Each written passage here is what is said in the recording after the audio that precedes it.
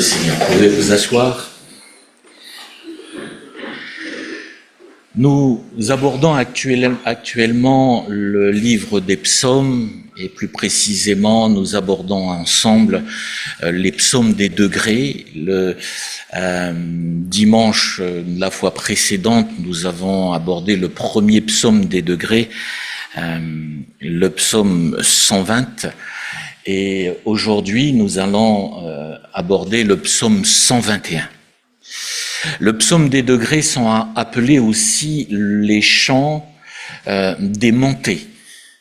Et si on doit faire un parallèle avec notre vie chrétienne, on peut exprimer les choses de cette manière, c'est que au travers des psaumes des degrés, cela nous rappelle une chose, c'est que nous sommes les uns et les autres des pèlerins sur cette terre. Notre maison est dans le ciel. Et si nous marchons avec Dieu, si nous marchons ici-bas, c'est dans cet objectif d'un jour le voir face à face. Nous le voyons par notre foi. Nous croyons que Dieu est vivante. Et au travers des psaumes des degrés, cela nous rappelle que nous sommes des pèlerins et nous devons effectivement persévérer sur le chemin que le Seigneur a tracé devant nous. Ça commence bien sûr par le psaume 120, qui est premièrement un psaume de décision, où le psalmiste va dire ceci: « C'en est assez de demeurer, de séjourner parmi les tentes de Kédar ». Il dit ceci également: « Je suis pour la paix, mais dès que je parle, ils sont pour la guerre. » Donc il y a premièrement ici une décision de sa part, un changement de mentalité, de dire « Je ne veux plus rester parmi les tentes de Kédar ». Et c'est ce que nous avons fait les uns et les autres lorsque nous nous sommes approchés de Dieu, lorsque nous avons accepté Jésus comme Sauveur et Seigneur. Nous avons dit les uns et les autres: c'en est assez avec le péché, et mon désir maintenant, c'est de suivre Jésus et c'est de marcher avec Jésus. Le psaume 121 nous dit ceci, que lorsque nous sommes dans cette marche avec le Seigneur, eh bien, il y a une chose où nous pouvons être assurés et rassurés, si vous voulez, c'est la protection de Dieu. Et dans le psaume 121, c'est un plaidoyer à la protection divine, de savoir que Dieu prend soin de nos vies. Le psaume 121 et le verset 1er, il est dit ceci: « Cantique des degrés, je lève mes yeux vers les montagnes, et d'où me viendra le secours? Le secours me vient de l'Éternel, qui a fait les cieux et la terre. Il ne permettra point que ton pied chancelle, celui qui te garde ne sommeillera point. Voici, il ne sommeille ni ne dort celui qui garde Israël. L'Éternel est celui qui te garde. L'Éternel est en ombre à ta main droite. Pendant le jour, le soleil ne te frappera point, ni la lune pendant la nuit. L'Éternel te gardera de tout mal, il gardera ton âme. L'Éternel gardera ton départ et ton arrivée, dès maintenant et à jamais. Amen. » Ici, il est question de la protection de Dieu. Et le premier point que j'aimerais souligner avec vous lorsqu'on parle de la protection de Dieu, le premier point que j'aimerais souligner, c'est qu'il faut pour nous faire très attention de ne pas mélanger à la protection de Dieu la superstition et l'occultisme. Le danger parfois, c'est que lorsque nous nous attendons au secours de Dieu, lorsque nous nous attendons à son intervention dans nos vies, et lorsque parfois Dieu tarde, et bien sûr que la Bible nous dit ceci, que Dieu est souverain, et il peut arriver que Dieu nous dise non. Mais lorsque nous sommes parfois dans cette situation, le danger, en tant que chrétien, c'est parfois de glisser vers l'occultisme et de glisser vers la superstition. On le voit notamment avec le roi Saül. La Bible nous dit ceci, que ce roi s'est disqualifié vis-à-vis de Dieu à cause de sa désobéissance. Et l'Écriture nous dit qu'à un moment donné, Samuel, qui était là, le porte-parole de l'Éternel, Samuel est mort. Et Saül, lorsqu'il s'est retrouvé dans cette situation, lui, le roi d'Israël, lui qui était le responsable du peuple de Dieu, à un moment donné, devant cette situation et se retrouvant sans aucune parole de l'Éternel, qu'est-ce qu'il va faire? Il va consulter une voyante pour essayer d'avoir un contact avec Samuel. Lui qui servait l'Éternel va glisser dans l'occultisme. L'occultisme, la superstition est une abomination devant Dieu. La Bible nous dit ceci dans 2 Corinthiens au chapitre 10, « Nous ne pouvons pas boire la coupe des démons et boire la coupe de Dieu, du Seigneur. Nous ne pouvons pas être à la table des démons et être à la table du Seigneur. » Et dans 2 Corinthiens au chapitre 6, il est dit également qu'il n'y a rien de commun entre la lumière et les ténèbres. Et notre responsabilité, c'est de faire confiance au Seigneur, parce que lui, lorsqu'on a décidé de dire non au péché, décidé de le suivre, tout de suite, il dit « Je vous donne ma protection ». David l'a exprimé dimanche dernier, le psalmiste dit ceci, mais je lève les yeux vers les montagnes. Et pourquoi les montagnes? Parce que les montagnes étaient considérées comme des lieux saints. On monte à Jérusalem. Et le temple est sur les hauteurs. Les Samaritains avaient le mont Garizim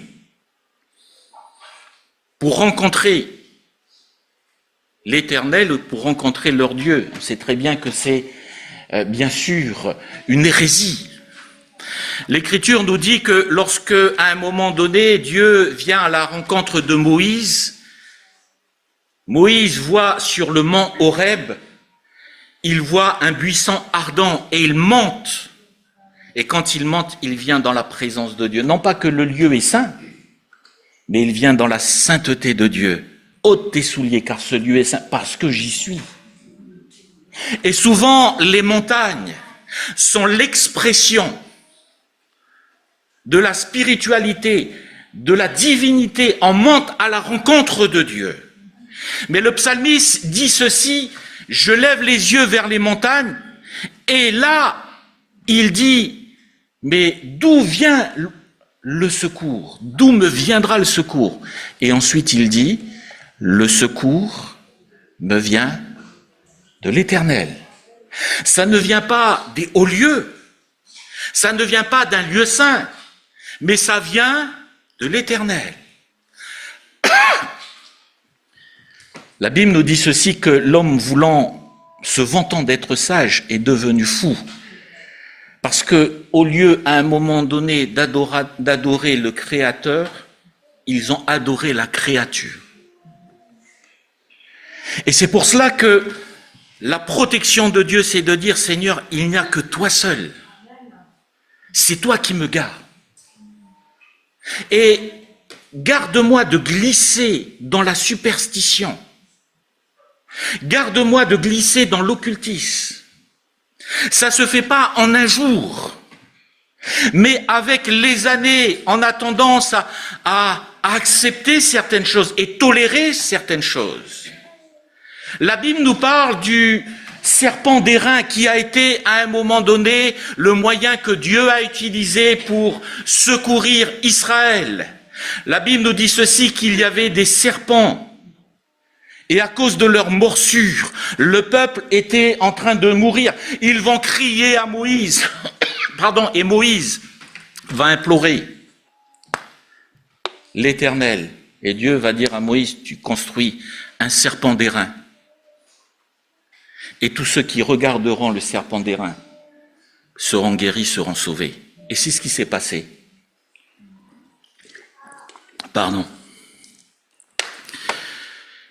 Mais l'Écriture nous dit ceci, qu'avec les années, des siècles passants,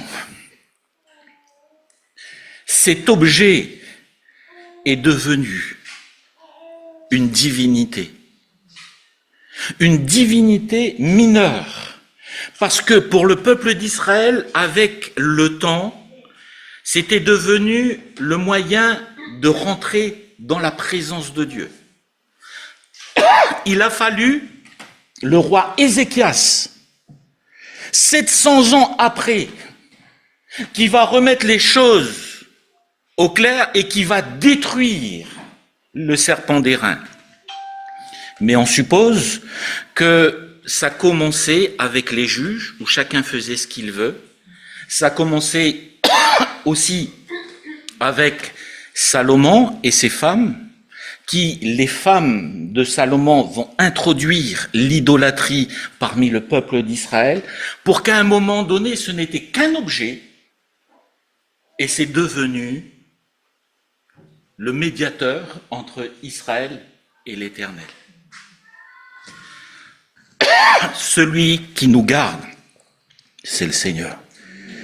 Je lève les yeux vers les montagnes. Ça n'a aucune valeur. Le secours me vient de l'Éternel. Et vous allez voir, quand vous lisez le psaume 121, 6 fois, il y a le mot « garder ». Et à chaque fois, le mot « garder » est attribué au Seigneur. Mes frères et sœurs, j'ai ma Bible dans mon téléphone, mais à la maison, j'ai plusieurs Bibles. Mais ce n'est qu'un livre, ce n'est que du papier. C'est pas ma Bible qui me garde, c'est le Seigneur qui me garde. Donc je ne vais pas prendre ma Bible et la mettre sous mon coussin en disant je vais dormir tranquille, je suis protégé parce que ma Bible me garde. Et on ne sait jamais, je vais en acheter une dizaine, devant toutes les fenêtres, je mets une Bible, à côté des portes, je mets une Bible, sur mon grenier, je mets une Bible, comme ça je ne vais pas être attaqué. J'ai toutes mes Bibles qui me protègent. Ou encore mieux, je prends du sel. Seigneur, tu bénis ce sel. Qu'il y ait ta protection divine. Et tout autour de ma maison, je vais mettre du sel. Seigneur, tu protèges. Seigneur, tu protèges. Seigneur, tu protèges. Mais on arrive à ça aujourd'hui. On arrive à ça. Est-ce que c'est le sel qui va me protéger? Ou encore mieux, j'espère ne pas vous choquer ce matin. Seigneur, je prie pour que ton sang couvre toute ma maison. Que ton sang me protège. Que ton sang couvre ma voiture. Que ton sang me couvre d'une manière tout entière. Le Seigneur est celui qui te garde. Nous n'avons pas besoin de le formuler, mes frères et sœurs.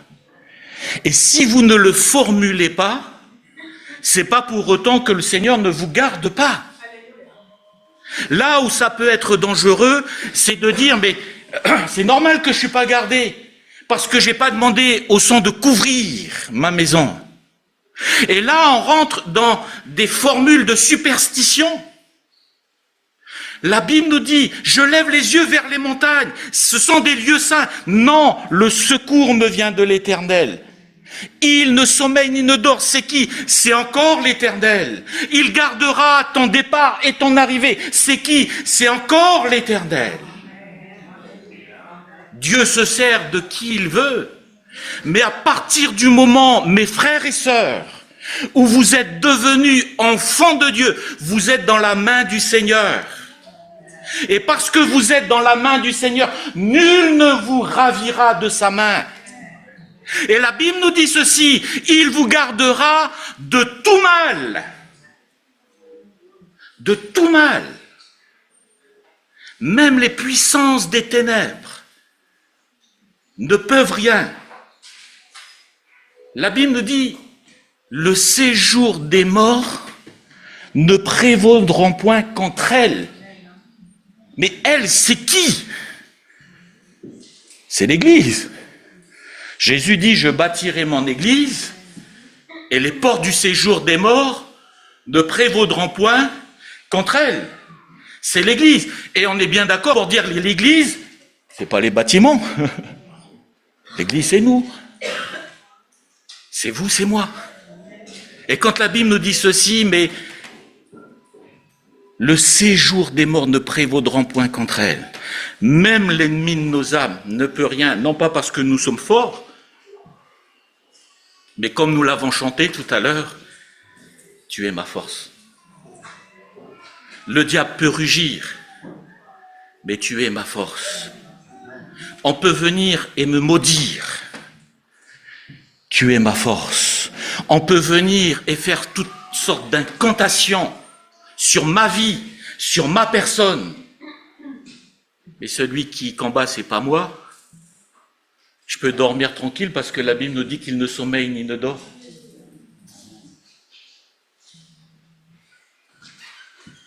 Ça me rassure quand même.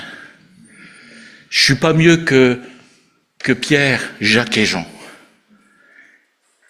Ils se sont endormis quand le Seigneur leur a demandé de veiller. Je suis pas mieux. Mais je sais que si je dors et si je m'endors, lui, il ne sommeille ni ne dort. Et ça nous ramène au deuxième point, c'est que, effectivement, la protection de Dieu, elle est permanente. C'est pour cela, mes frères et sœurs, que nous sommes tranquilles, parce que le Seigneur est avec nous. C'est pas compliqué. On ne peut pas suivre le Seigneur de loin. Soit nous lui appartenons, soit nous sommes perdus. Et si nous sommes perdus, nous avons besoin de venir au Seigneur. Mais si nous lui appartenons et parce que nous sommes ses enfants, le Seigneur, lui, s'engage à prendre soin de nous et à veiller sur nos vies. Il y a des moments donnés, comme il est dit, où Jésus va demander aux disciples de prier. Et à un moment donné, il va venir, il va leur dire, mais vous n'avez pu veiller 1 heure avec moi. Vous n'avez pu prier 1 heure avec moi. Veillez, priez. Il va encourager.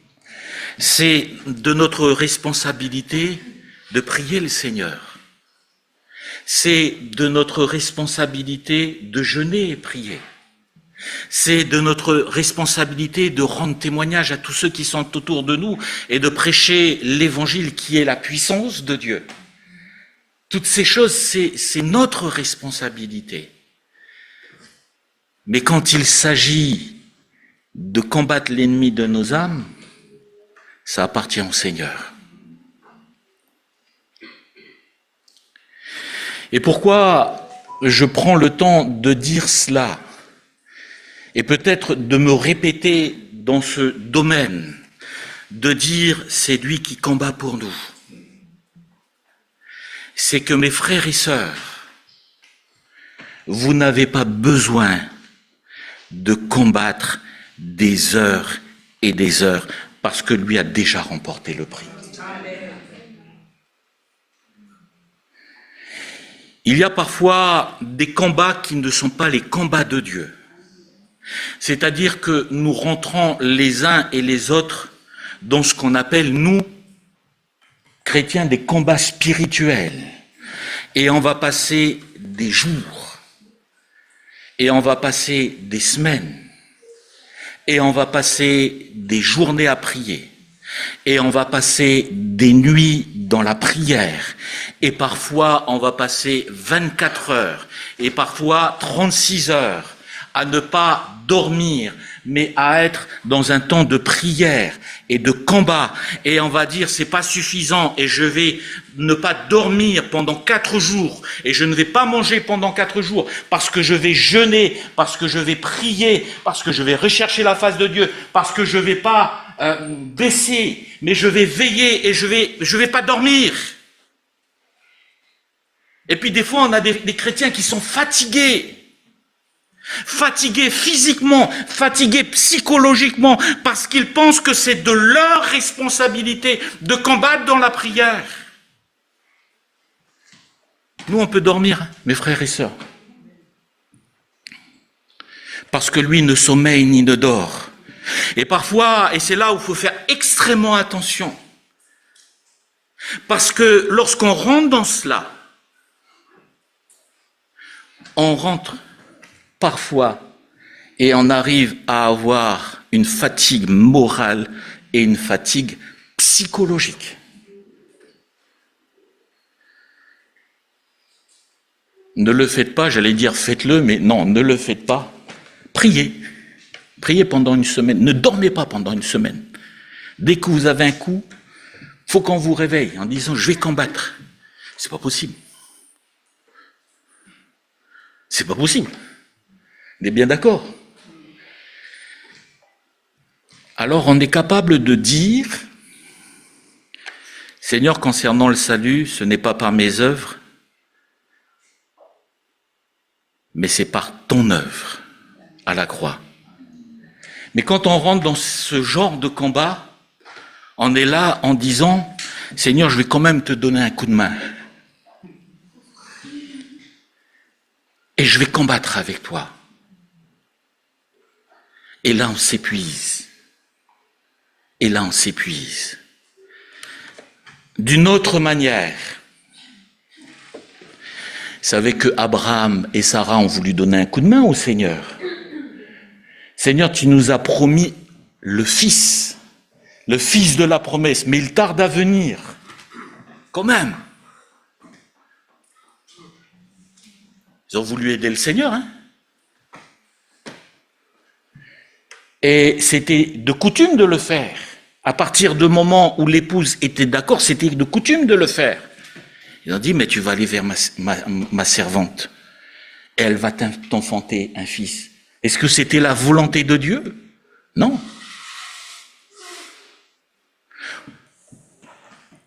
Et Dieu, lui, pousse l'affaire un petit peu plus loin. Hein.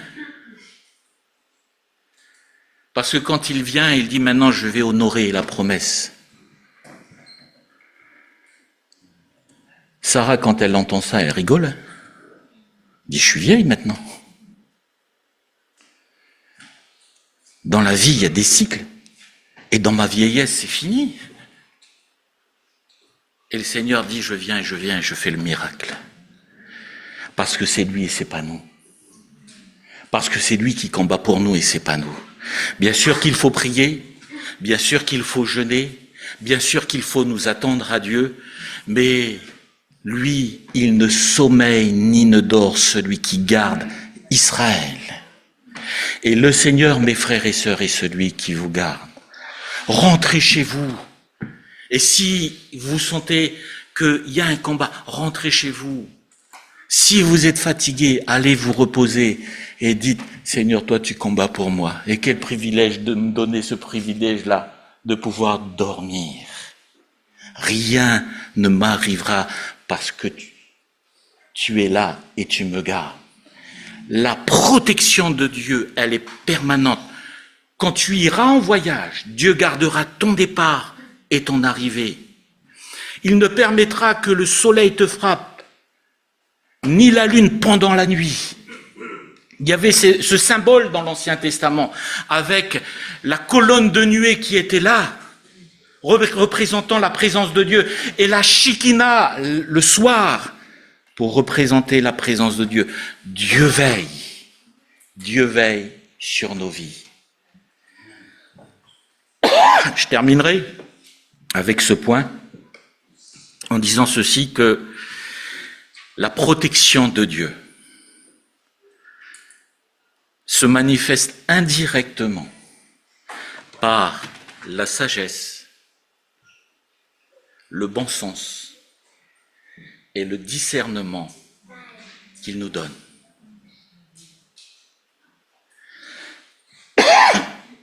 Le bon sens, la sagesse et le discernement. Et on a besoin de demander cela au Seigneur. Seigneur, donne-moi toujours du bon sens. Seigneur, donne-moi toujours de la sagesse. Seigneur, donne-moi toujours du discernement. L'Écriture nous dit ceci, mais telle voie paraît droite à un homme, mais son issue, c'est la voie de la mort.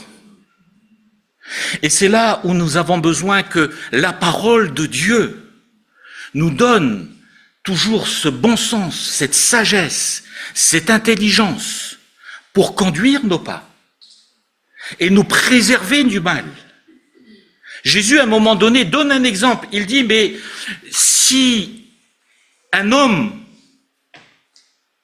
construit sa maison, s'il construit sa maison sur le sable, ou s'il construit sa maison sur le roc, il y aura une différence. Celui qui bâtit sa maison sur le roc, les fondations sont stables. Celui qui bâtit sa maison sur le sable, c'est instable. Et quand viennent les intempéries, cette maison est susceptible de s'écrouler. C'est du bon sens. Le Seigneur veut nous garder. Je le disais, il y a un moment donné, quand on parlait des enfants, Dieu dit ceci, mais quand vous aurez vos terrasses, vous mettrez des balustrades. De façon que, quand les enfants iront sur la terrasse, qu'ils ne tombent pas. C'est du bon sens. C'est de la sagesse. Il y a un moment donné, il s'est retrouvé en grande difficulté, Jacob. Jacob, vous savez qu'il a usurpé le droit d'aînesse à son frère. Ils sont jumeaux, mais son frère est arrivé avant Ésaü. Vous allez me dire, Ésaü a vendu son droit d'aînesse pour un plat de lentilles. Mais quand même, quand il s'est présenté devant son père, il a pris la place de son frère. La Bible nous dit ceci, qu'à un moment donné,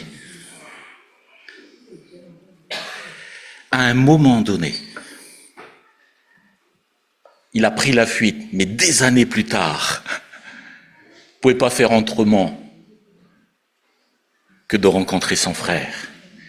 Et quand Ésaü apprend que Jacob est là, l'Écriture nous dit ceci, qu'il prend avec lui 400 hommes. Ésaü ne prend pas sa famille en disant « Venez, j'ai l'occasion de vous présenter votre oncle. » Non, il prend 400 hommes. Et quand Jacob apprend cela, il est terrifié.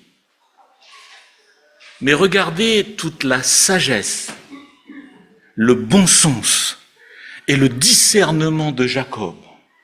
Il est face à la colère de son frère qui vient avec 400 hommes. Ce qu'il dit, il faut désarmer. Comment je vais faire pour désarmer? La sagesse. Il prend ses serviteurs, 200 chèvres et 20 boucs, et il les met à la rencontre de son frère. Son frère arrive pour rencontrer Jacob, et quand Ésaü arrive, il y a un serviteur qui lui dit « Mais ton frère te fait un cadeau. Il est content de t'accueillir. » Bien avant, 200 chèvres, 20 boucs. Et tout le trajet, il jalonne de cadeaux. Et son frère continue à avancer. Il a eu déjà 200 chèvres et 20 boucs. Et là, c'est pas terminé. Il arrive et il voit de nouveau un serviteur de Jacob avec 200 brebis. 200 brebis et 20 béliers. Et le serviteur de dire à son frère, Jacob est content et il t'offre ce cadeau-là.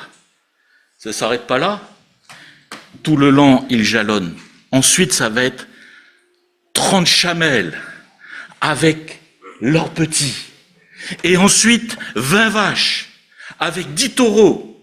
Et ensuite, 20 ânesses et 10 ânes. Tout au long. Et le frère, quand il arrive à un moment donné devant Jacob, il est désarmé. Il arrive et lui dit, mais t'aurais dû pas faire ça. T'étais pas obligé de le faire. T'étais pas obligé quand t'arrives avec 400 hommes. Tu te dis, pas obligé, je sais pas. Hein. Mais de la sagesse, du bon sens et du discernement. Seigneur, tu es celui qui me garde. Mais donne-moi aussi de me protéger par la sagesse, le bon sens et le discernement que tu me donnes au travers de ta parole. Nous n'avons rien à craindre parce que le Seigneur est là. Il est là en permanence. Le psalmiste tout d'abord proclame la protection de Dieu dans la détresse. Le secours me vient de l'Éternel. Mais ensuite, quand il continue à développer, il s'aperçoit d'une chose, c'est que la protection de Dieu est là en tout temps. Et il rappelle que l'Éternel est celui qui garde de tout mal. Le Seigneur est celui qui nous garde. Et je conclus par cela, notre espérance dans notre marche, elle est céleste. Durant tout ce laps de temps où nous sommes sur cette terre, le Seigneur est celui qui nous garde. Mais il y a un moment donné où le cœur de Dieu bat tellement fort qu'à un moment donné, il veut nous prendre avec lui. Et dans sa souveraineté, Dieu se sert de ce qu'il veut. Non pas qu'il ne nous protège pas, mais il a décidé à un moment donné de nous prendre avec lui. Il est dit des héros de la foi que lorsqu'ils ont cru au Seigneur, ils ont cru que le Seigneur était capable de les délivrer à l'instant même, qu'il était capable de le faire. Mais ils savaient très bien que leur héritage était bien plus important que cette protection que le Seigneur pouvait leur accorder. Et c'est pour cela que l'Écriture les considère comme héros de la foi, parce que certains sont morts en martyrs. Mais Dieu a choisi cela parce que Dieu a choisi quelque chose de meilleur. Il en est question de Moïse. On dit, mince, Moïse, il a quand même raté le pays de Canaan. Mais est-ce que Dieu n'avait pas quelque chose de plus beau pour lui? Est-ce que Dieu n'avait pas quelque chose de plus beau et de plus grand? Bien sûr que oui. Seigneur, donne-nous de marcher avec toi, de t'être fidèle, et nous constatons une chose, c'est que, au final, comme les psaumes des degrés, les chants des montées, où nous marchons vers le Seigneur, c'est, Seigneur, nous réalisons une chose, c'est au-delà de tout ça. Un jour, nos yeux te verront. J'habiterai dans la maison de l'Éternel. Je ne sais pas pour vous, c'est peut-être mon côté encore enfant, mais je m'imagine la maison que le Seigneur me réserve dans le ciel. C'est drôle, hein? Vous allez me dire quand même, Jean-Christophe, près du Seigneur, c'est le plus important, mais il m'a dit que j'aurais une place, alors, Seigneur, comment elle sera ma maison? On va prier le Seigneur. Merci Seigneur, parce que tu es bon pour nous. Et nous pouvons dire que tu es là, à maintes et maintes reprises. Nous avons vu ta main. Nous avons vu ton secours, nous avons vu ta délivrance. Seigneur, tu es notre force, tu es notre refuge. Nous le chantons et nous le vivons. Et quel privilège de t'avoir avec nous. Merci de répandre ta grâce sur mes frères et sœurs, de les soutenir, tu vois, ceux qui sont éprouvés, ceux qui s'attendent à toi. Seigneur, nous te demandons, Seigneur, de les visiter, de les fortifier, de les secourir. Et nous te prions dans le nom de Jésus. Merci pour ta grâce, merci pour tes bontés. À toi la louange de nos cœurs. Amen. Amen.